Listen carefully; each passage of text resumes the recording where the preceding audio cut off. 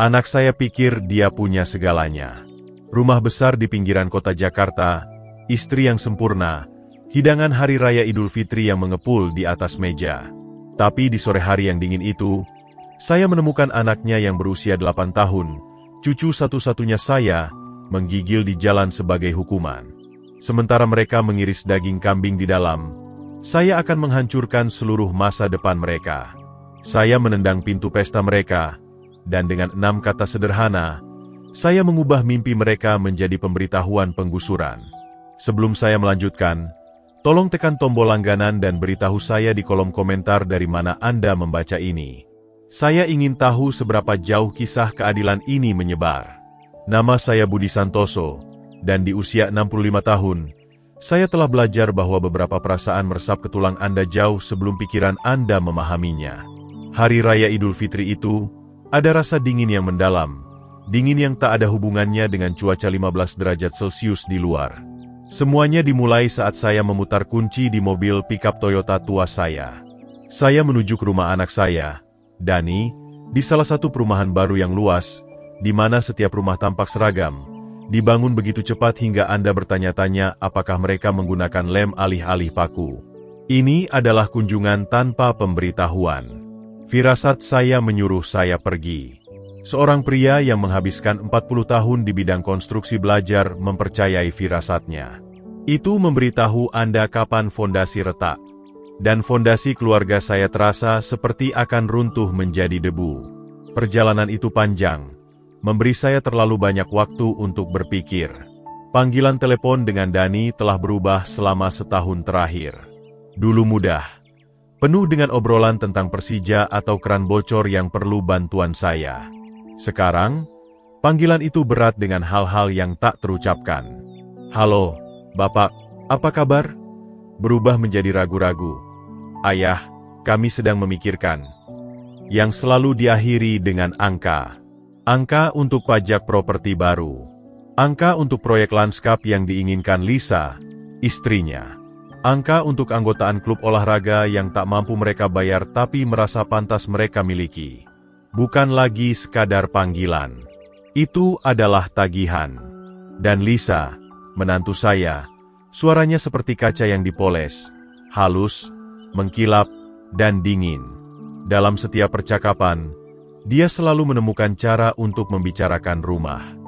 Tempat ini punya potensi besar, Budi, tapi dapur modern benar-benar dibutuhkan. Atau, terima kasih atas bantuan Anda dengan pajak properti. Itu sangat membantu nilai investasi kami. Dia berbicara tentang rumah seolah itu sudah miliknya. Seolah saya hanyalah penutup sementara, hantu yang berkeliaran dalam hidup saya sendiri sampai mereka akhirnya bisa mengambil alih. Istri saya yang telah meninggal, Sari, sudah melihatnya datang. Dia selalu begitu. Budi, katanya, tangannya hangat di lengan saya. Dani punya hati yang baik, tapi tulang punggungnya terbuat dari kapas. Kamu harus jadi pohon jati, karena dia akan menyerah pada angin kencang. Lisa adalah badai. Sari khawatir Dani akan melupakan asal-usulnya, menukar tanah kokoh dari didikan kami dengan pasir bergerak dari penampilan. Saat saya memasuki jalan mereka, yang dipenuhi kotak pos seragam dan teras yang dihias profesional, saya tahu kekhawatiran Sari telah menjadi kenyataan. Ini bukan kunjungan hari raya. Ini adalah inspeksi. Rumah itu bersinar seperti kartu pos. Saya bisa melihat cahaya keemasan memancar dari jendela ruang makan, siluet orang-orang tertawa, mengangkat gelas, suara keluarga yang bahagia. Tapi mata saya tertarik pada bayangan yang meringkuk di dekat pintu garasi, bentuk yang tak sesuai dengan gambar sempurna itu. Jantungan saya terhenti. Saya mengerem keras. Pikap tua saya mengerang protes. Itu Jain, cucu saya. Dia duduk di beton beku, memeluk lutut ke dadanya. Dia hanya mengenakan kaos tipis dan celana pendek di cuaca 15 derajat Celcius. Saya keluar dari pikap sebelum benar-benar berhenti. Tubuh saya bergerak karena kemarahan yang membara. Angin menusuk jaket saya, dan saya hanya bisa membayangkan bagaimana rasanya di kulit telanjangnya. Kakinya penuh dengan merinding. Bibirnya memiliki warna biru yang menakutkan. Dia menggigil, Getaran konstan yang tak bisa dia kendalikan. Saya melepas mantel kanvas tebal saya dan membungkusnya di sekitar tubuhnya, menariknya ke dalam pelukan saya. Dia terasa dingin seperti balok es. "Zain, demi Tuhan, apa yang terjadi? Mengapa kamu di luar?" tanya saya. Suara saya gemetar. Dia menatap saya. Matanya lebar dan penuh air mata yang membeku di pipinya. Aku menumpahkan jus anggur," bisiknya, giginya bergemeletuk hingga sulit membentuk kata. "Di karpet baru ibu, yang putih." Kemarahan di dada saya membakar begitu panas, hingga terasa bisa melelehkan baja. Karena tumpahan, mereka telah mengusir anak berusia 8 tahun mereka keluar untuk membeku demi sehelai kain. Saya memeluknya erat, merasakan kecilnya tubuhnya, cara dia berpegangan pada saya untuk kehangatan. Tawa dari dalam rumah terdengar seperti ejekan, lelucon kejam. Saya melihat dari tubuh menggigil Zain ke rumah yang hangat dan terang, dan sesuatu di dalam diri saya berubah. Waktu untuk pengamatan diam sudah berakhir. Waktu untuk bertindak telah tiba. Saya tidak repot dengan bel pintu. Dengan Zain masih terbungkus mantel saya dan digendong di lengan saya berjalan ke pintu kayu jati yang berat, yang saya bayar, dan menendangnya hingga terbuka. Dentuman itu membungkam segalanya. Tawa, musik, denting garpu.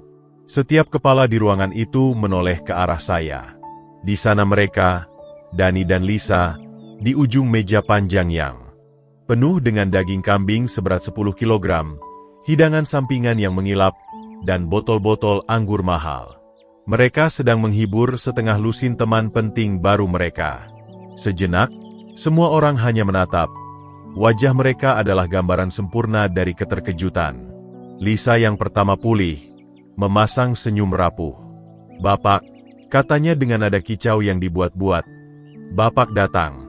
Seharusnya Bapak telepon dulu. Kami akan menyisakan tempat untuk Bapak." Dia melambai samar ke meja yang penuh. Dani hanya berdiri di sana. Wajahnya penuh rasa bersalah dan takut, tak mampu menatap mata saya. Saya berjalan langsung ke tengah ruangan. Sepatu kerja saya yang berlumpur mencemari karpet putih yang membuat Zain dihukum. Saya dengan lembut menurunkan cucu saya ke kursi, memastikan dia masih terbungkus mantel saya dengan aman. Saya berbalik menghadap anak saya dan istrinya.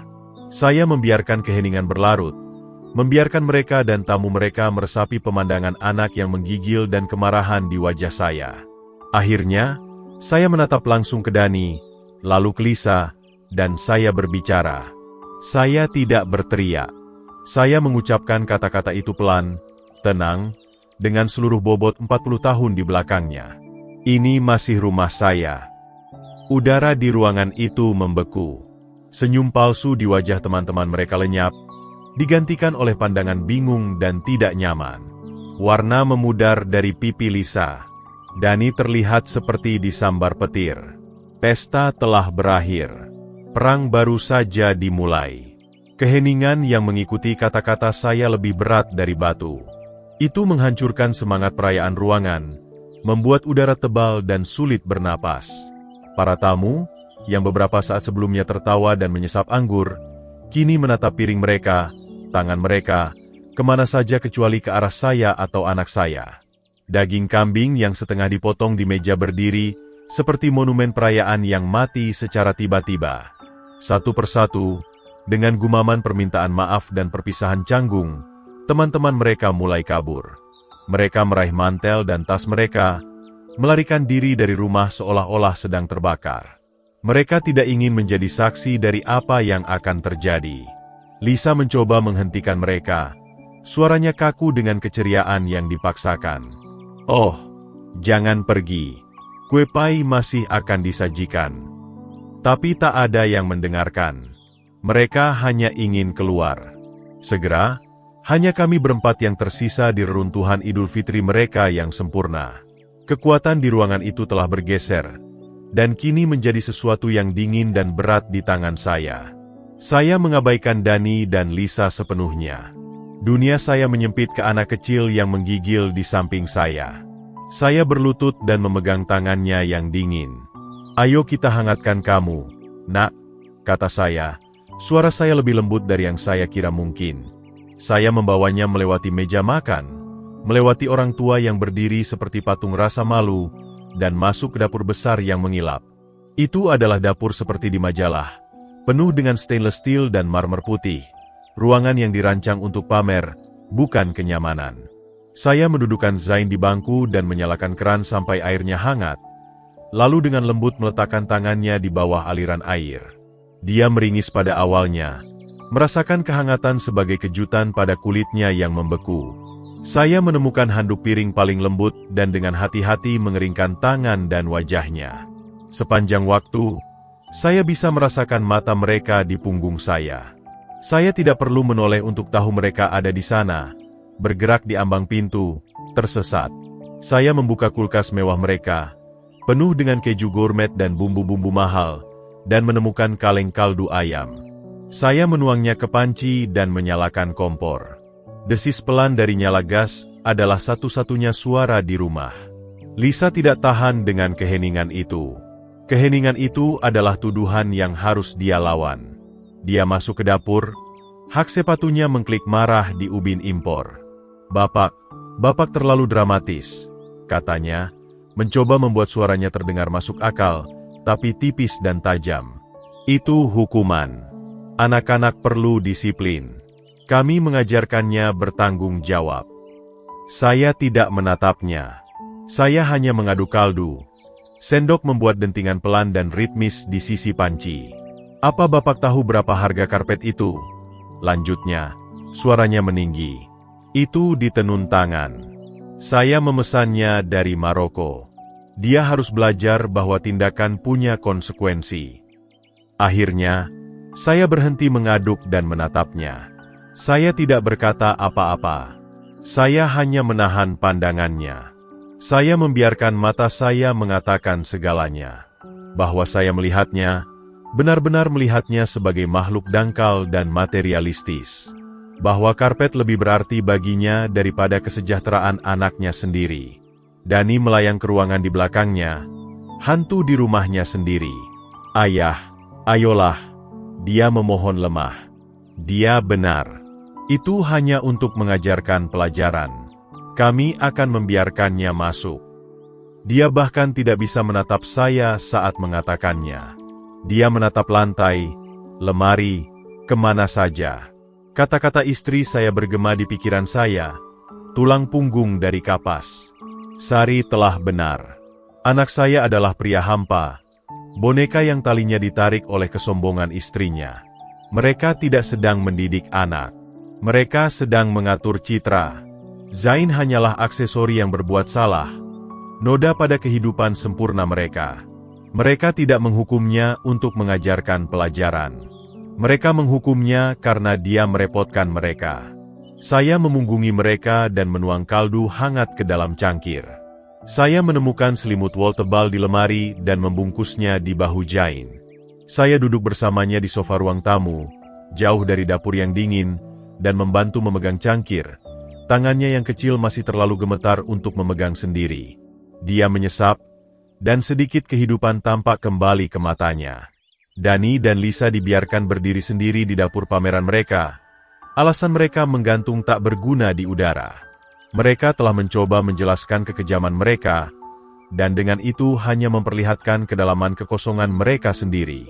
Saya tahu saat itu, dengan kepastian yang membuat saya merinding, bahwa ini bukan pertama kalinya. Ini bukan kesalahan. Ini adalah pola, dan tugas saya adalah memutuskannya. Malam itu, saya bilang saya akan tinggal. Itu bukan permintaan. Saya mengambil kamar tamu di lantai bawah, ruang dingin dan steril yang terasa lebih seperti kamar hotel daripada bagian dari rumah. Spray itu kaku dan berbau bahan kimia, dan seni di dinding generik dan tak bermakna. Itu adalah ruangan untuk pengunjung, bukan keluarga. Tidur tidak mungkin. Setiap kali saya menutup mata, saya melihat wajah Zain, bibirnya biru, tubuhnya menggigil. Setelah 1 jam menatap langit-langit, saya bangun dan berjalan pelan ke kamarnya. Pintunya sedikit terbuka. Kamarnya sama tak bernyawanya dengan rumah lainnya. Mainan mahal duduk di rak dalam kotak aslinya, trofi dari pengeluaran orang tuanya, bukan harta imajinasi anak. Zain tertidur, tapi tidurnya gelisah. Tubuh kecilnya tegang di bawah selimut.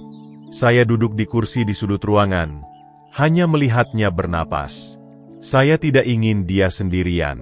Setelah beberapa saat, matanya berkedip terbuka dan dia melihat saya duduk di sana. Dia tidak terkejut. Dia hanya menatap saya. Saya memberinya senyum kecil yang sedih. Tidak bisa tidur, nak, bisik saya. Dia duduk dan menarik lutut ke dadanya. Untuk waktu yang lama, dia diam, dan saya tidak memaksa. Saya hanya menunggu. Seorang pria belajar sabar ketika menunggu beton mengeras, atau anak yang ketakutan berbicara. Akhirnya, suaranya datang, kecil dan rapuh di ruangan yang sunyi. Ini bukan pertama kalinya, katanya. Jantungan saya terasa seperti timah di dada. Apa yang bukan, nak?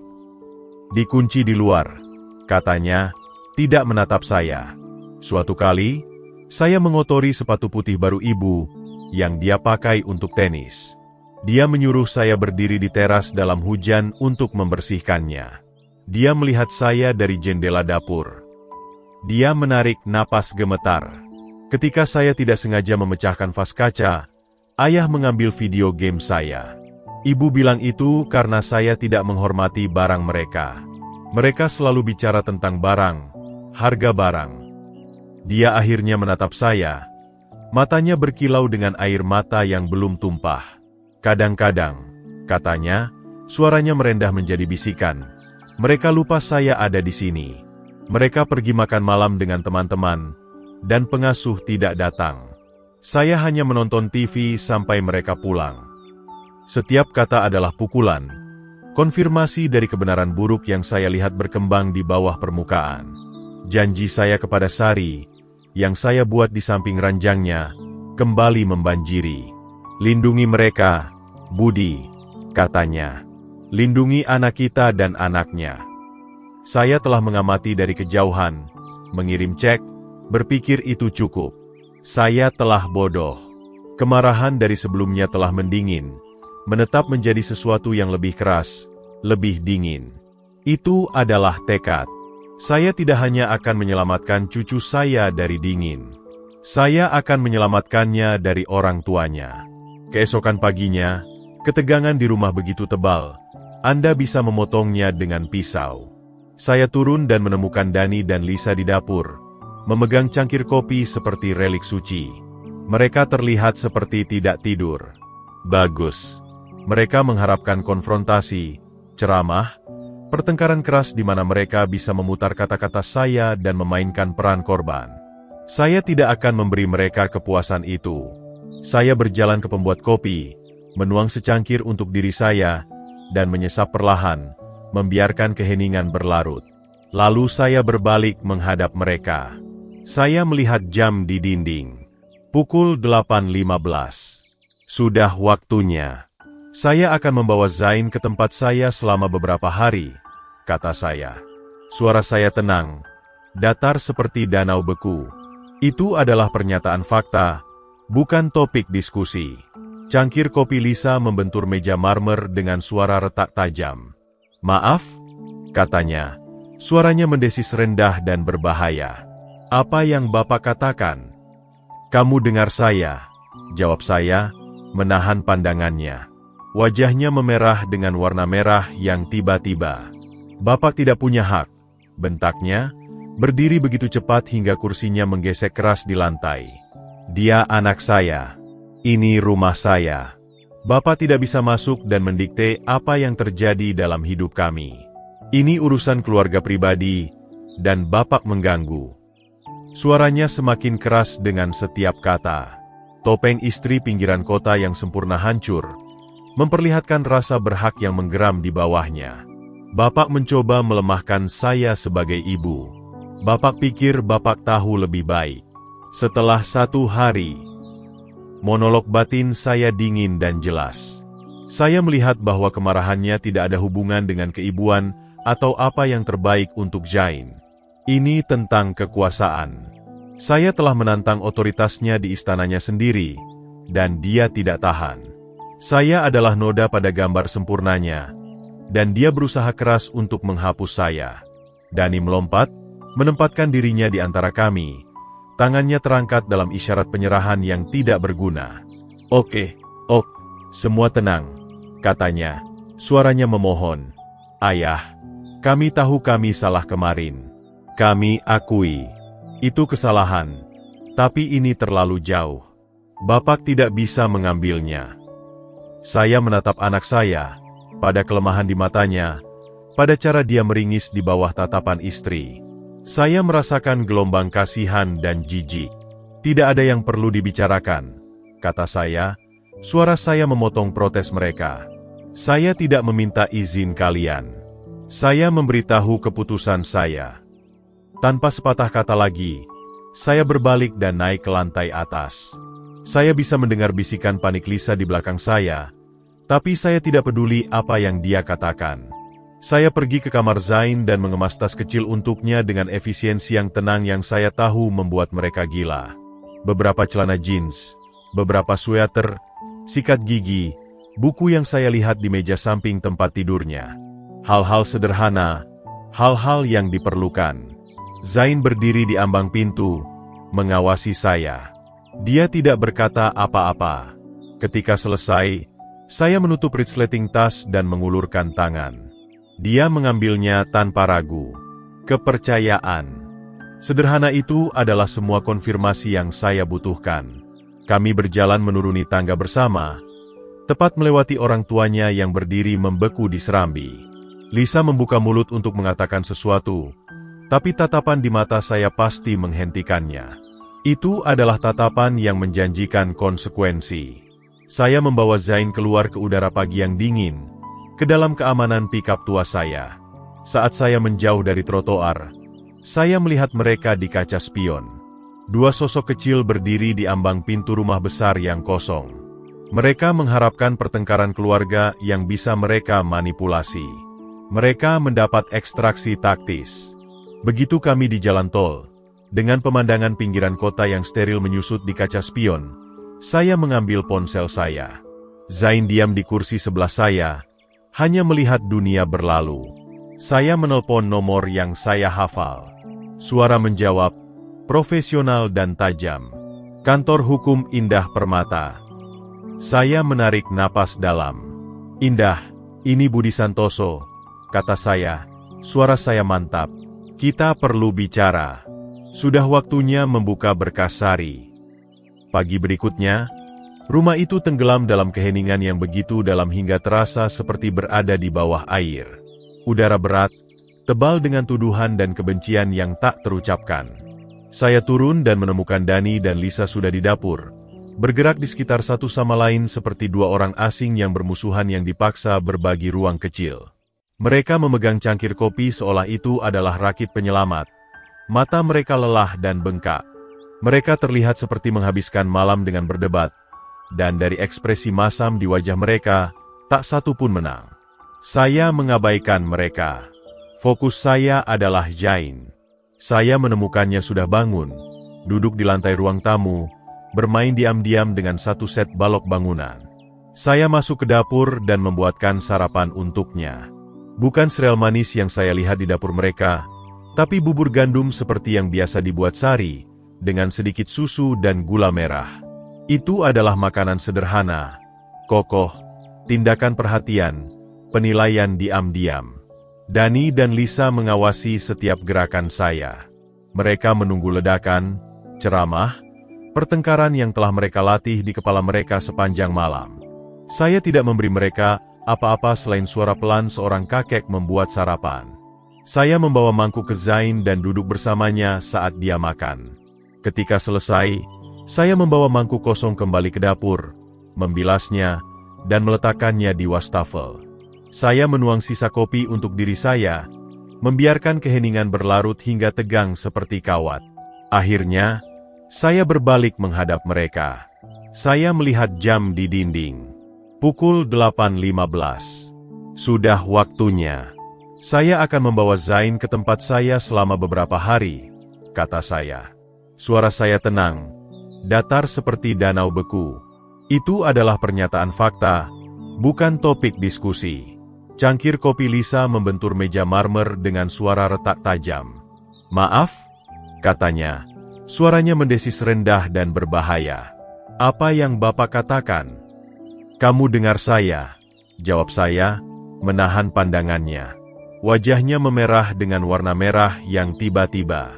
"Bapak tidak punya hak," bentaknya, berdiri begitu cepat hingga kursinya menggesek keras di lantai. "Dia anak saya. Ini rumah saya. Bapak tidak bisa masuk dan mendikte apa yang terjadi dalam hidup kami. Ini urusan keluarga pribadi, dan Bapak mengganggu." Suaranya semakin keras dengan setiap kata. Topeng istri pinggiran kota yang sempurna hancur, memperlihatkan rasa berhak yang menggeram di bawahnya. "Bapak mencoba melemahkan saya sebagai ibu. Bapak pikir Bapak tahu lebih baik." Setelah 1 hari, monolog batin saya dingin dan jelas. Saya melihat bahwa kemarahannya tidak ada hubungan dengan keibuan atau apa yang terbaik untuk Zain. Ini tentang kekuasaan. Saya telah menantang otoritasnya di istananya sendiri, dan dia tidak tahan. Saya adalah noda pada gambar sempurnanya, dan dia berusaha keras untuk menghapus saya. Dani melompat, menempatkan dirinya di antara kami. Tangannya terangkat dalam isyarat penyerahan yang tidak berguna. Oke, semua tenang," katanya. Suaranya memohon. "Ayah, kami tahu kami salah kemarin. Kami akui. Itu kesalahan. Tapi ini terlalu jauh. Bapak tidak bisa mengambilnya." Saya menatap anak saya, pada kelemahan di matanya, pada cara dia meringis di bawah tatapan istri. Saya merasakan gelombang kasihan dan jijik. "Tidak ada yang perlu dibicarakan," kata saya. Suara saya memotong protes mereka. "Saya tidak meminta izin kalian. Saya memberitahu keputusan saya." Tanpa sepatah kata lagi, saya berbalik dan naik ke lantai atas. Saya bisa mendengar bisikan panik Lisa di belakang saya, tapi saya tidak peduli apa yang dia katakan. Saya pergi ke kamar Zain dan mengemas tas kecil untuknya dengan efisiensi yang tenang yang saya tahu membuat mereka gila. Beberapa celana jeans, beberapa sweater, sikat gigi, buku yang saya lihat di meja samping tempat tidurnya. Hal-hal sederhana, hal-hal yang diperlukan. Zain berdiri di ambang pintu, mengawasi saya. Dia tidak berkata apa-apa. Ketika selesai, saya menutup resleting tas dan mengulurkan tangan. Dia mengambilnya tanpa ragu. Kepercayaan sederhana itu adalah semua konfirmasi yang saya butuhkan. Kami berjalan menuruni tangga bersama, tepat melewati orang tuanya yang berdiri membeku di serambi. Lisa membuka mulut untuk mengatakan sesuatu, tapi tatapan di mata saya pasti menghentikannya. Itu adalah tatapan yang menjanjikan konsekuensi. Saya membawa Zain keluar ke udara pagi yang dingin, ke dalam keamanan pikap tua saya. Saat saya menjauh dari trotoar, saya melihat mereka di kaca spion. 2 sosok kecil berdiri di ambang pintu rumah besar yang kosong. Mereka mengharapkan pertengkaran keluarga yang bisa mereka manipulasi. Mereka mendapat ekstraksi taktis. Begitu kami di jalan tol, dengan pemandangan pinggiran kota yang steril menyusut di kaca spion, saya mengambil ponsel saya. Zain diam di kursi sebelah saya, hanya melihat dunia berlalu. Saya menelpon nomor yang saya hafal. Suara menjawab, profesional dan tajam. Kantor Hukum Indah Permata. Saya menarik napas dalam. "Indah, ini Budi Santoso," kata saya. Suara saya mantap. "Ada yang terjadi?" "Tidak, semua orang aman secara fisik untuk saat ini, tapi saya perlu bertemu hari ini jika memungkinkan." Sudah waktunya membuka berkas sari. Kantor Hukum Indah Permata berada di lantai atas sebuah gedung kaca dan baja di pusat kota Jakarta. Itu adalah dunia lain, dunia kepercayaan diri yang tenang dan kulit mahal. Udara berbau buku tua dan kopi segar. Ketika kami masuk, resepsionis tersenyum hangat. "Pak Budi, senang bertemu Bapak," katanya. "Dan ini siapa, anak tampan ini?" tanyanya, menatap Zain. Saya memperkenalkannya. dan dia mengeluarkan buku mewarnai dan sekotak krayon dari belakang mejanya, seolah sudah mengharapkannya. Itu adalah gerakan kecil, tapi sangat berarti. Itu memberitahu saya bahwa ini adalah tempat yang penuh perhatian, bukan hanya kontrak. Sesaat kemudian, Indah keluar dari kantornya. Dia adalah wanita yang memancarkan rasa hormat tanpa perlu meninggikan suara. Dia tinggi, mengenakan setelan gelap yang tajam, rambutnya ditata dengan elegan, tapi matanya hangat dan cerdas. Dia menjabat tangan saya dengan kuat. "Budi, sudah lama tidak bertemu," katanya. Suaranya alto yang halus dan tenang. Lalu dia berlutut ke tingkat Zain. "Dan kamu pasti Zain. Senang bertemu denganmu. Kamu punya mata nenekmu," katanya dengan sederhana, tanpa kesan dibuat-buat. Itu terasa seperti kebenaran. Dia membawa kami ke kantornya. Itu adalah ruang sudut dengan pemandangan panorama kota. Tapi perhatian saya tertarik pada dinding rak buku mahoni yang penuh dengan volume hukum berjilid kulit tebal. Itu adalah ruangan yang berbicara tentang sejarah, preseden, pertempuran yang dimenangkan melalui perencanaan cermat dan tekad tak tergoyahkan. Setelah memastikan Zain senang dengan aktivitasnya di kursi yang nyaman, Indah duduk di belakang meja besarnya yang rapi. Dia menatap saya, ekspresinya serius. "Bapak bilang di telepon bahwa sudah waktunya membuka berkas Sari," katanya. "Saya harap hari ini tidak pernah tiba." Dia berputar di kursinya dan mengambil binder berwarna merah anggur tebal dari lemari terkunci. Label sederhana di punggungnya bertuliskan, "Santoso." Dia meletakkannya di meja di antara kami dengan bunyi akhir yang pelan. "Ini dia. Ini adalah benteng yang dibangun Sari. Ini adalah senjata yang dia tinggalkan." "Sebelum kita lanjut," Indah mulai, suaranya beralih ke nada profesional. "Saya ingin menyegarkan ingatan Bapak tentang struktur yang Sari bersikeras kami buat. Ini bukan surat wasiat sederhana, Budi. Bapak tahu itu. Bapak dan Sari tidak hanya meninggalkan aset kalian ke Dani. Kalian menciptakan perwalian keluarga Santoso. Perwalian itu adalah entitas hukum. Itu memiliki segalanya. Rumah tempat Dani tinggal, portofolio investasi, tabungan. Bapak bukan pemilik. Bapak adalah wali tunggal yang masih hidup.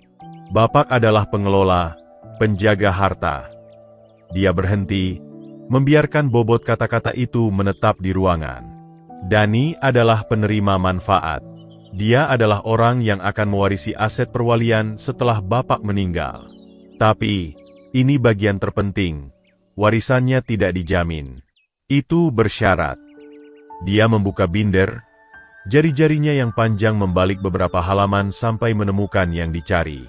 Dia memakai kacamata baca dan menatap saya di atas bingkainya. "Saya ingat malam ketika Sari meminta saya menambahkan ini. Kami di sini sampai hampir tengah malam, menyempurnakan kata-kata yang tepat. Dia tidak akan pergi sampai itu sempurna." Pikiran saya melayang kembali ke masa itu. Saya ingat berdebat dengan Sari di dapur kami. "Ini terlalu keras, sayang," kata saya. "Seperti kita tidak mempercayai anak kita sendiri. Seperti kita mengatur dari alam baka." Sari meletakkan lem piringnya dan menatap saya dengan tatapan yang bisa melihat langsung ke jiwa Anda. "Kepercayaan bukan masalahnya, Budi," katanya. "Hidup adalah masalahnya. Orang berubah. Uang mengubah mereka. Saya tidak melindungi uang kita dari Dani. Saya melindungi cucu kita dari pria yang mungkin menjadi Dani jika dia tidak dipegang pada standar yang lebih tinggi. Klausul ini bukan sangkar, Budi. Ini jangkar. Ini akan menahannya pada apa yang benar ketika angin keserakahan atau kelemahan mulai bertiup." Saya tidak setuju saat itu, tapi pada akhirnya, saya mempercayai kebijaksanaannya. Saya selalu mempercayai kebijaksanaannya. Suara Indah membawa saya kembali ke masa kini. Dia mulai membaca dari halaman itu, suaranya jelas dan mantap. Bagian 4, Subbagian B, Klausul Warisan Keluarga. Aset perwalian ini akan diberikan kepada penerima manfaat yang ditunjuk, Dani Santoso, Hanya dengan syarat bahwa penerima manfaat tersebut telah menunjukkan kepada kepuasan mutlak dan tunggal dari wali yang bertindak sebuah komitmen yang konsisten dan tak tergoyahkan terhadap nilai-nilai inti keluarga Santoso, yaitu integritas dalam kehidupan pribadi dan profesional mereka, kasih sayang terhadap orang lain, dan di atas segalanya, perawatan yang bertanggung jawab dan penuh kasih terhadap anak mereka, memastikan kesejahteraan fisik, emosional, dan moral dari generasi berikutnya. Dia melepas kacamatanya dan menatap saya. Sari sedang membangun tembok api, Budi. Dia melihat kelemahan anak bapak apa adanya, dan dia khawatir tentang tipe wanita yang akan dinikahinya. Dia khawatir warisannya akan disia-siakan, bukan hanya secara finansial, tapi juga secara moral. Klausul ini memberi bapak, sebagai wali, kekuatan diskresi tertinggi. Jika Bapak menentukan bahwa Dani telah gagal menegakkan nilai-nilai ini, Bapak memiliki otoritas untuk mengubah disposisi aset perwalian untuk lebih melindungi tujuan intinya, kesejahteraan generasi berikutnya. Akhirnya saya mengerti. Ya Tuhan, akhirnya saya memahami kedalaman forensik istri saya. Ini bukan tentang kontrol. Ini tentang perlindungan. Ini adalah tindakan cinta seorang ibu dan nenek yang paling sengit yang pernah saya saksikan. Dia tidak hanya merencanakan kematiannya. Dia merencanakan kehidupan keluarga kami. Dia benar, bisik saya. Kata-kata itu tebal dengan emosi. Dia benar tentang semuanya. Indah mengangguk pelan. Dia wanita luar biasa. Dan dia memberi Bapak alat untuk memperbaiki ini. Tapi kita harus cerdas, Budi. Otoritas Bapak sebagai wali sangat kuat. Tapi Dani dan Lisa akan melawannya. Mereka akan menyewa pengacara yang akan mengklaim Bapak bertindak karena dendam atau tekanan emosional. Kita tidak boleh membiarkan itu terjadi. Keputusan Bapak untuk menegakkan klausul ini tidak boleh emosional. Itu harus didokumentasikan. Kasus hukum yang kuat yang dibangun di atas fondasi fakta yang tak terbantahkan. Kita harus membuktikan tanpa keraguan bahwa telah terjadi pelanggaran yang jelas dan berkelanjutan terhadap kondisi perwalian. Dia menggeser legal pad dan pena di meja ke arah saya. Ceritakan semuanya, katanya. Suaranya kini campuran sempurna antara kasih sayang dan baja. Mulai dari awal dan jangan tinggalkan satu detail pun.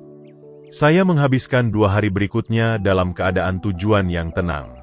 Rumah kecil saya, yang saya bagi dengan Sari selama 40 tahun, terasa seperti tempat suci. Itu kebalikan dari rumah besar Dani yang steril.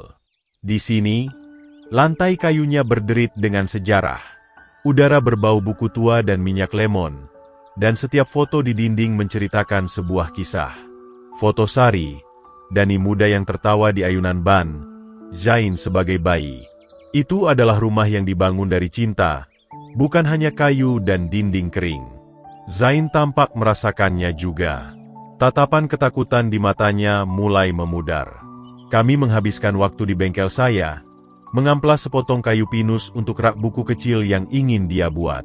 Pekerjaan sederhana dan jujur membuat sesuatu dengan tangannya tampak menyembuhkan sebagian dari dirinya. Ponsel saya terus berbunyi. Ada lusinan panggilan tak terjawab dari Dani dan deretan pesan teks marah yang panjang dari nomor yang saya tahu milik Lisa. Saya mengabaikan semuanya. Biarkan mereka tenggelam dalam kepanikan mereka, pikir saya. Biarkan mereka bertanya-tanya. Seperti saran indah, keheningan adalah alat. Itu akan membuat mereka putus asa, dan orang yang putus asa membuat kesalahan.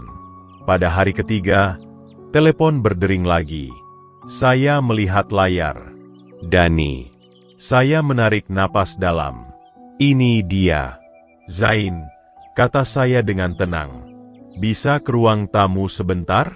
Saya perlu menerima panggilan ini. Dia mengangguk dan pergi, dan saya bersyukur atas kepercayaannya. Saya mengeluarkan perekam digital kecil yang diberikan Indah dan meletakkannya di samping ponsel.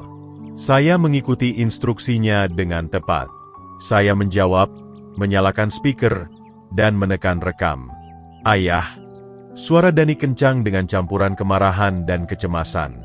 Akhirnya, saya sudah telepon selama 2 hari. Apa yang sedang terjadi? Saya bisa mendengar gema di ujungnya, suara ruangan besar yang kosong, dan saya juga bisa mendengar sesuatu yang lain, bisikan tajam samar di latar belakang. "Lisa, ini sudah cukup, Ayah," kata Dani, suaranya mendapatkan keberanian palsu. Jelas dia membaca dari naskah yang disiapkan istrinya. "Bapak harus membawa Zain pulang sekarang." Saya tetap diam, membiarkannya mengisi kekosongan. "Bapak dengar saya?" tanyanya. "Ini bukan permainan. Bapak tidak bisa mengambil anak." Saya mendengar Lisa mendesis sesuatu yang tidak jelas. Dani berhenti, lalu melanjutkan, suaranya semakin tegang. "Bapak tidak punya hak untuk ini, Ayah. Bapak melanggar hukum." "Apakah dia baik-baik saja?" tanya saya, suara saya rata. Itu adalah pertanyaan sederhana, tapi saya tahu itu akan membuat mereka kaget. Ada jeda. Pertanyaan tentang kesejahteraan anak mereka jelas tidak ada di agenda mereka. "Tentu saja dia baik-baik saja." Dani tergagap. "Itu bukan intinya." Di latar belakang, bisikan Lisa menjadi lebih jelas. "Rumah, Dani. Bicara tentang rumah." Kesedihan dingin menyelimuti saya saat mendengar. Anak saya begitu lemah, begitu tersesat sehingga dia bahkan tidak bisa melakukan percakapan sulit sendiri. "Dia adalah corong, boneka." "Ayah," kata Dani, suaranya mengambil nada menggurui yang saya tahu berasal langsung dari Lisa. "Bapak harus memikirkan apa yang Bapak lakukan pada kami semua. Rumah ini adalah aset utama kami. Ini ekuitas kami. Kami punya rencana. Kami punya strategi keuangan yang dibangun di sekitarnya. Semua drama yang Bapak ciptakan ini membahayakan seluruh masa depan kami." Itu dia. Kesalahan fatal. Pengakuan yang saya tunggu. Ini bukan tentang Zain. Ini bukan tentang keluarga atau keselamatan anak. Ini tentang ekuitas, aset, strategi keuangan. Mereka melihat rumah saya, sebagai tumpukan uang yang mereka rasa berhak. Mereka melihat penderitaan anak mereka sebagai risiko yang merepotkan bagi investasi mereka. Dia bahkan tidak sekali bertanya apa yang Zain lakukan. Apakah dia bahagia? Apakah dia merindukan mereka? Dia hanya berbicara tentang uang. Saya merasakan kesedihan mendalam atas anak yang saya besarkan. Anak yang tersesat di suatu tempat di jalan menuju kehidupan dingin dan kosong ini. Tapi tekad saya mengeras menjadi baja. "Jadi, itu yang kalian khawatirkan, Dani?" tanya saya, suara saya tanpa emosi. "Nilai rumah." Dia tergagap. Bukan itu." Bapak memutarbalikkan kata-kata saya. Bisikan Lisa adalah kicauan marah di latar belakang. Tapi saya tidak bisa memahami kata-katanya. "Ini tentang stabilitas," Dani berteriak, akhirnya menemukan emosi, meskipun hanya kemarahan daur ulang dari istrinya. "Ini tentang rumah stabil yang kami coba sediakan, dan Bapak mengganggunya." Saya sudah cukup mendengar. Saya memilikinya di rekaman. "Saya mengerti," kata saya pelan. "Terima kasih telah menjelaskan posisi kalian, Dani. Saya harus pergi sekarang. Saya akan menghubungi lagi." "Tunggu, Ayah, jangan tutup telepon." Saya menekan tombol akhiri, memotongnya. Keheningan yang memenuhi dapur saya adalah kelegaan. Saya menatap rekam digital kecil. Lampu merah kecil berkedip, mengkonfirmasi file telah tersimpan. Saya tidak merasakan kemenangan, tidak ada kegembiraan, hanya kepuasan suram dari pekerjaan yang harus dilakukan.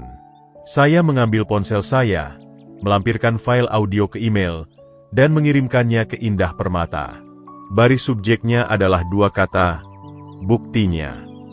Janji saya kepada Sari selangkah lebih dekat untuk dipenuhi. Hari-hari berikutnya adalah kabut dari langkah-langkah yang dihitung dan diam. Saya bukan lagi sekadar kakek yang bertindak atas naluri. Saya adalah agen dari keinginan terakhir istri saya, seorang strategis yang dipandu oleh pikiran hukum tajam Indah. Duka dan kemarahan saya disalurkan ke dalam tujuan yang dingin dan metodis. Setiap langkah adalah potongan puzzle, Dan ketika dirangkai, itu akan menciptakan gambaran pengabaian dan keserakahan yang begitu jelas sehingga tak ada yang bisa menyangkalnya. Langkah pertama saya adalah kunjungan dokter. Saya bilang pada Zain bahwa kami pergi untuk pemeriksaan rutin, sesuatu yang saya katakan selalu oleh neneknya, Sari, di awal musim hujan untuk memastikan kami siap menghadapi cuaca dingin. Dia menerimanya tanpa pertanyaan. Saya membawanya ke Dr. Eko, seorang pria berambut abu-abu yang ramah yang telah menjadi dokter keluarga kami selama 30 tahun. Dia telah merawat luka saya sebagai pemuda dan memegang tangan saya saat Sari pertama kali didiagnosa. Saya mempercayainya. Di ruang pemeriksaan yang tenang, saya mengamati saat Dr. Eko melakukan pemeriksaan. Sikapnya yang lembut membuat Zain merasa nyaman. Tapi saya bisa melihat perubahan halus di ekspresinya saat bekerja, kekhawatiran profesional yang semakin dalam dengan setiap pengamatan baru. Setelah selesai dengan Zain, dia mengirimnya ke ruang tunggu dengan permen lollipop dan meminta saya tinggal. Dia menutup pintu dan menatap saya di atas kacamatanya. "Budi," dia mulai, suaranya rendah. "Dia anak yang baik, tapi saya khawatir. Berat badannya kurang untuk usia dan tinggi badannya, dan refleksnya sedikit lamban, yang bisa menjadi tanda kurang gizi. Tapi lebih dari itu, dia menunjukkan hasil tes darah yang dia lakukan. Tingkat kortisolnya sangat tinggi untuk anak seusianya," jelasnya. Kortisol adalah hormon stres utama tubuh. Tingkat seperti ini biasanya ditemukan pada anak-anak yang mengalami kecemasan atau tekanan emosional yang berkepanjangan. "Apakah ada sesuatu yang terjadi di rumah?" Saya menceritakan versi yang disensor dari cerita itu, dan wajahnya mengeras. Dia menuliskan temuannya di selembar kertas, laporan klinis yang mendetail tentang anak yang hidup di bawah awan stres. Dia mencapnya, menandatanganinya, dan menyerahkannya kepada saya. "Apapun yang Bapak lakukan, Budi," katanya, menatap mata saya. "Bapak melakukan hal yang benar." Saya pergi dengan selembar kertas yang terasa seberat tablet batu. Itu adalah bukti pertama. Langkah berikutnya adalah ke lingkungan Dani. Saya pergi sendiri, memarkir di ujung jalan dan berjalan ke rumah tetangga. Seorang wanita tua, Ibu Ratna, sedang merawat mawar musim hujannya. Saya pernah bertemu dengannya beberapa kali di acara masak-masak lingkungan saat keadaan masih lebih baik. Saya mulai dengan bertanya tentang bunga-bunganya, dan selama beberapa menit, kami hanya mengobrol seperti tetangga lama. Lalu, saya dengan lembut mengarahkan percakapan. "Saya sudah bersama Zain beberapa hari," kata saya, berusaha terdengar santai. "Hanya memberi Dani dan Lisa sedikit istirahat. Anak itu punya banyak energi." Ibu Ratna berhenti memotong kuncup mawar yang mati dan menatap saya. Matanya penuh dengan tatapan sedih dan penuh pengertian. "Dia anak manis," katanya pelan. "Anak yang sangat pendiam. Saya sering melihatnya di halaman sendirian. Dia ragu-ragu, lalu tampak membuat keputusan. Bapak tahu, saya hampir menelepon seseorang beberapa minggu lalu. Akunya, suaranya merendah. Saat itu sudah gelap dan sangat dingin, dan dia hanya duduk di tangga belakang dengan kaos. Selama berjam-jam, saya terus mengintip dari jendela dapur, menunggu mereka memanggilnya masuk, tapi mereka tidak pernah melakukannya. Saya merasa sangat buruk, tapi, Bapak tahu, Bapak tidak ingin terlibat dalam urusan orang lain." Kata-katanya adalah potongan puzzle lain, akun pihak ketiga yang menggambarkan gambaran suram yang sama. Saya berterima kasih atas waktunya dan berjalan kembali ke pikap saya. Kesaksiannya menjadi simpul dingin dan keras di perut saya. Langkah terakhir adalah milik Indah. Beberapa hari kemudian, dia menelepon saya. "Saya mendapatkannya, Budi," katanya, dan saya bisa mendengar kepuasan suram dalam suaranya. "Saya punya laporan bank dan kartu kredit." Dia telah menggunakan otoritas hukumnya sebagai penasihat perwalian untuk memanggil catatan keuangan mereka selama 2 tahun terakhir. Apa yang dia jelaskan melalui telepon adalah gelombang pembelanjaan sembrono dan egois. "Mereka hidup dari uang Bapak, Budi. Sepenuhnya," katanya. "Gaji Dani menutupi hipotek dan mungkin tagihan listrik. Sisanya semua dari Bapak. 400 juta rupiah untuk anggotaan klub olahraga yang jarang mereka gunakan. 1,1 miliar rupiah untuk mobil mewah Lisa. Belanja bulanan di toko-toko desainer kelas atas, 80 juta rupiah hingga 100 juta rupiah setiap kali. 2 liburan ke Bali tahun lalu, kelas 1. Mereka menghabiskan uang Bapak untuk mempertahankan citra. Saya duduk di meja dapur, ponsel menempel keras di telinga saya, dan mendengarkan cerita pengkhianatan anak saya dalam rupiah dan sen. Itu adalah cerita kesombongan dan keserakahan, upaya putus asa untuk membeli gaya hidup yang belum mereka peroleh. Malam itu, saya duduk di meja yang sama dan meletakkan segalanya di depan saya. Laporan medis yang memberatkan dari Dr. Eko, catatan tulisan tangan saya dari percakapan dengan Ibu Ratna, dan daftar pengeluaran boros. Indah telah mengirimi saya tanda terima panjang dan buruk atas kegagalan mereka sebagai orang tua dan manusia. Langkah-langkah diam telah selesai. Fondasi kebohongan mereka kini terbuka, dan saya memiliki bukti untuk meruntuhkan seluruh struktur busuk itu. Saya tidak merasakan kegembiraan, hanya bobot solen dari janji yang akan segera dipenuhi. Selama seminggu, saya membiarkan keheningan bekerja. Saya tidak menghubungi mereka, dan mereka tidak menghubungi saya. Saya membayangkan mereka di ujung keheningan itu. Kemarahan awal mereka berubah menjadi kebingungan dan kemudian menjadi ketakutan yang menggerogoti. Sumber pendanaan utama mereka telah terputus, dan masa depan mereka, yang mereka anggap sebagai jalan lurus yang beraspal, telah menghilang ke dalam kabut ketidakpastian. Saya mendedikasikan diri sepenuhnya untuk Jain.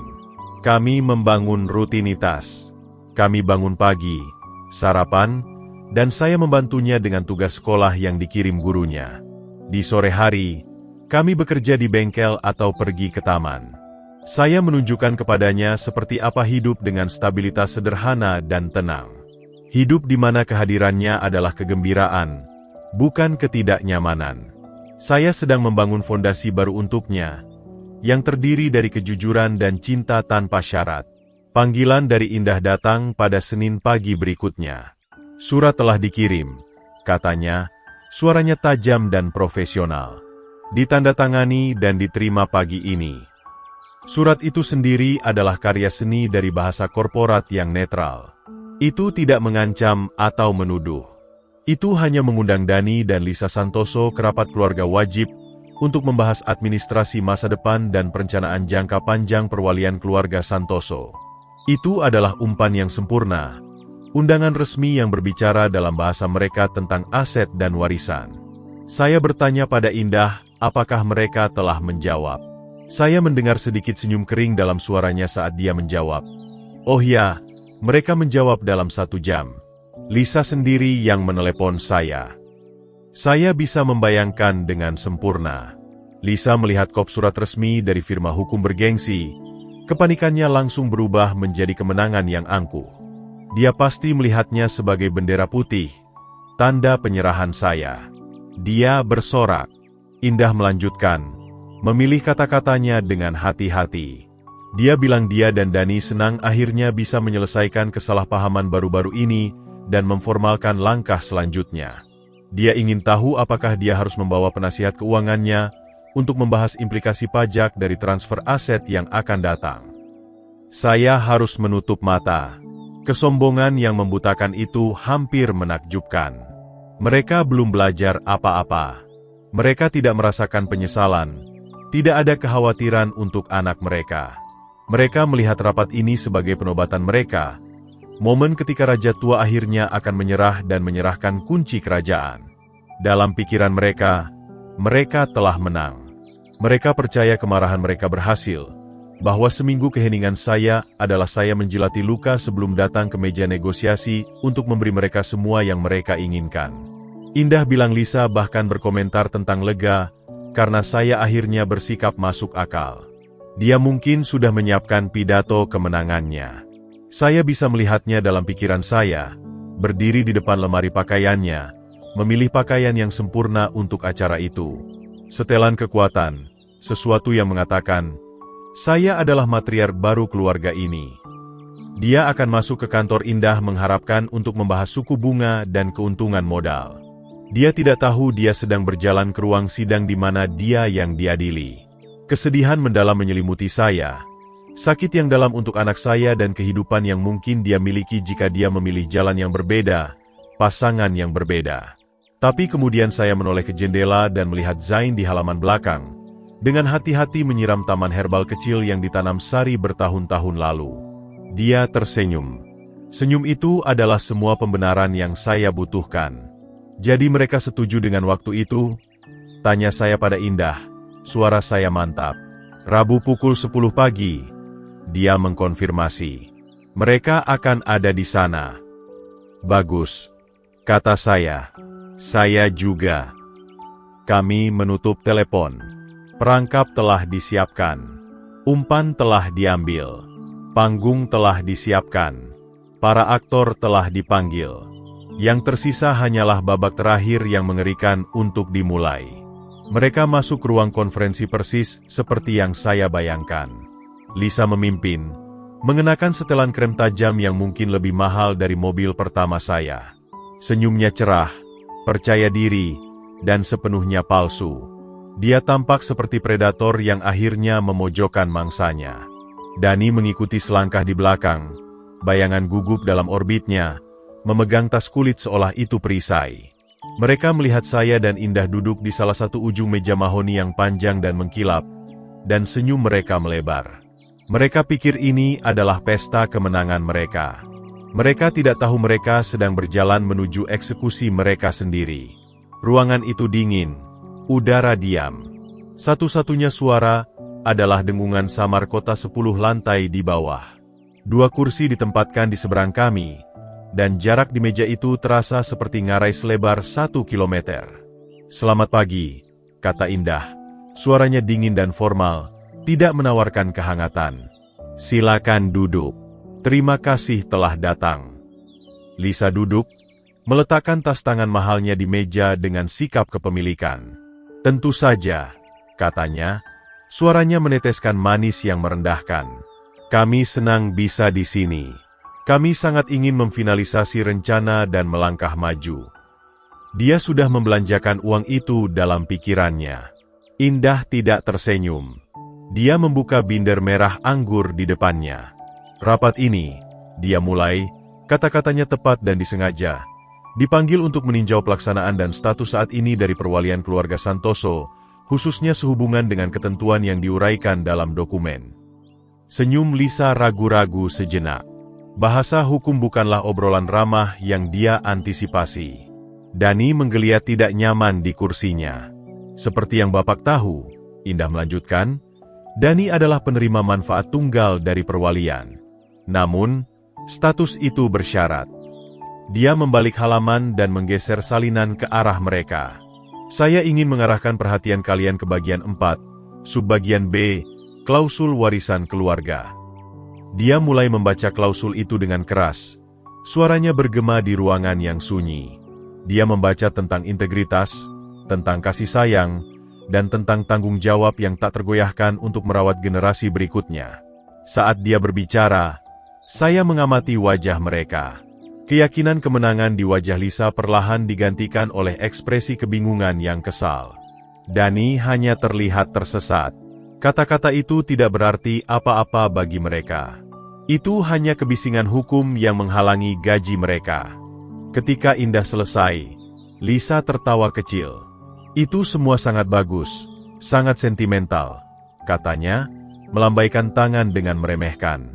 Sari selalu romantis. Tapi apa hubungannya dengan masalah praktis transfer aset warisan? Itu ada hubungannya dengan segalanya, kata Indah. Suaranya berubah menjadi es. Sebagai wali, Pak Budi terpaksa mengevaluasi apakah kondisi klausul ini telah dipenuhi. Dia menggeser dokumen kedua ke arah mereka. Bukti A.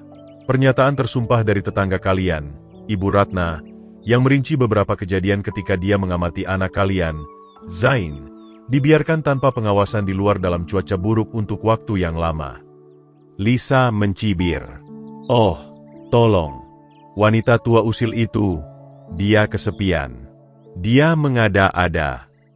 Benarkah? Jawab Indah. Tidak melewatkan satu langkah pun. Dia menggeser dokumen ketiga. Bukti B. Laporan medis lengkap dari Dr. Eko Susanto. Ini mencatat bahwa anak kalian kekurangan berat badan secara klinis dan tes darahnya menunjukkan tingkat kortisol yang sangat tinggi, hormon yang terkait langsung dengan stres dan tekanan emosional kronis pada anak-anak. Wajah Lisa mulai memucat. Bapak membawanya ke dokter? Itu pelanggaran privasi kami. Kami tidak mengizinkan itu. Sebagai kakek dan wali sementara Zain, Pak Budi berhak mencari perawatan medis untuk anak yang dia percaya sedang dalam tekanan, kata Indah dengan tenang. Dia tidak menunggu tanggapan. Dokumen keempat didorong ke depan. Bukti C. Ringkasan keuangan lengkap dari rekening bank dan kartu kredit kalian selama 24 bulan terakhir yang dipanggil oleh kantor ini. Ini menunjukkan pendapatan total sekitar 1,2 miliar rupiah per tahun dari gaji Dani, dibandingkan dengan pengeluaran lebih dari 3,2 miliar rupiah per tahun. Defisitnya, seperti yang kalian tahu, telah ditutupi oleh hadiah bulanan dari Budi. Hadiah yang membayar ini. Dia mengetuk kertas itu. Mobil mewah 1,1 miliar rupiah, keanggotaan klub olahraga, beberapa liburan, jutaan rupiah per bulan untuk pakaian desainer dan restoran. Lisa kini tak bisa berkata-kata. Topeng superioritasnya telah hancur, meninggalkan hanya kepanikan mentah dan buruk. Dani telah menyusut begitu jauh di kursinya, seolah berusaha menghilang ke lantai. Dan akhirnya, kata Indah, suaranya rendah dan berbahaya. Bukti D. Dia mengulurkan tangan dan menekan tombol pada pemutar digital kecil di meja. Dan kemudian suara mereka sendiri memenuhi ruangan. Suara Dani lemah dan ragu-ragu. Bisikan tajam Lisa di latar belakang. Dan kemudian kata-kata fatal Dani, jelas seperti lonceng di ruang konferensi yang sunyi. Rumah ini adalah aset utama kami. Ini ekuitas kami. Bapak membahayakan seluruh masa depan kami dengan drama ini. Suara keserakahan mereka sendiri, prioritas mereka yang menyedihkan, bergema dari dinding. Saya melihat warna terakhir memudar dari wajah Lisa. Dia terlihat seperti telah dipukul secara fisik. Mulutnya terbuka dan tertutup, tapi tidak ada suara yang keluar. Dani menundukkan kepalanya ke tangan, seluruh tubuhnya gemetar. Mereka masuk ke sini sebagai penakluk. Sekarang mereka hanya dua orang kecil yang menyedihkan, telanjang dan terbuka dalam cahaya kebenaran yang keras dan tak kenal ampun. Indah menekan tombol berhenti. Keheningan yang turun adalah mutlak. Itu adalah keheningan makam. Mereka terkubur di bawah berat bukti, di bawah kebenaran jiwa mereka yang buruk. Keheningan yang mengikuti rekaman adalah suara paling keras yang pernah saya dengar. Itu adalah keheningan penuh dengan akhir. Akhir dari kesombongan anak saya, akhir dari keserakahan istrinya, akhir dari kehidupan yang mereka bangun di atas fondasi kebohongan. Mereka hanya duduk di sana, dua patung rusak dalam pakaian mahal mereka.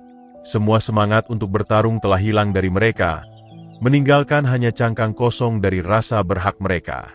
Indah membiarkan keheningan itu menggantung di udara untuk waktu yang lama, membiarkan bobot penuh dari tindakan mereka menetap di atas mereka. Lalu dia berbicara. Suaranya adalah instrumen penilaian akhir yang tenang.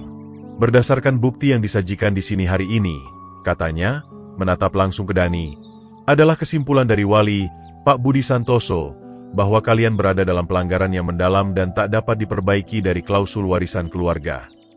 Dia berhenti, membiarkan finalitas hukum dari kata-katanya meresap. Oleh karena itu, lanjutnya, suaranya tidak menyisakan ruang untuk banding. Saya secara resmi memberitahu kalian bahwa status kalian sebagai penerima manfaat perwalian keluarga Santoso dengan ini ditangguhkan untuk waktu yang tidak ditentukan. Lisa mengeluarkan suara tersedak kecil, tapi dia tidak punya kekuatan untuk membentuk kata. Dani bahkan tidak bergeming. Dia sudah pergi. Selanjutnya, kata Indah, memberikan pukulan terakhir yang menghancurkan. Sesuai dengan instruksi perwalian, semua aset yang terkandung di dalamnya, termasuk properti di Jalan Merpati 123, akan segera dilikuidasi dan ditransfer ke perwalian baru yang dilindungi. Dia berhenti sekali lagi, menahan pandangan kosong mereka. Penerima manfaat tunggal dari perwalian baru ini adalah Zain Santoso. Pak Budi Santoso akan bertindak sebagai wali dan mengelola dana untuk pendidikan dan kesejahteraan Zain sampai dia mencapai usia 25 tahun. Jelas dari ekspresi kosong dan hancur mereka, bahwa kata-kata itu tidak sepenuhnya dipahami. Mereka mengerti mereka telah kalah, tapi mereka tidak bisa memahami keadilan sempurna dari mekanisme ini. Untuk pertama kalinya dalam rapat yang panjang dan menyakitkan itu, saya berbicara.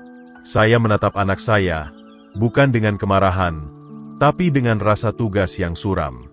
Biar saya jelaskan untuk kalian, kata saya.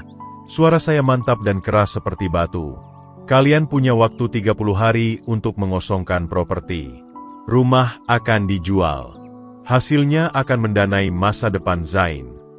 Saya sedikit condong ke depan, memastikan mereka memahami finalitas kata-kata saya berikutnya. Kalian tidak akan menerima 1 rupiah pun. Itu saja. Kejutan terakhir. Benang harapan terakhir yang mungkin mereka pegang terputus. Ini bukan negosiasi. Ini penggusuran. Ini bukan tindakan balas dendam. Ini adalah tindakan pemulihan. Ini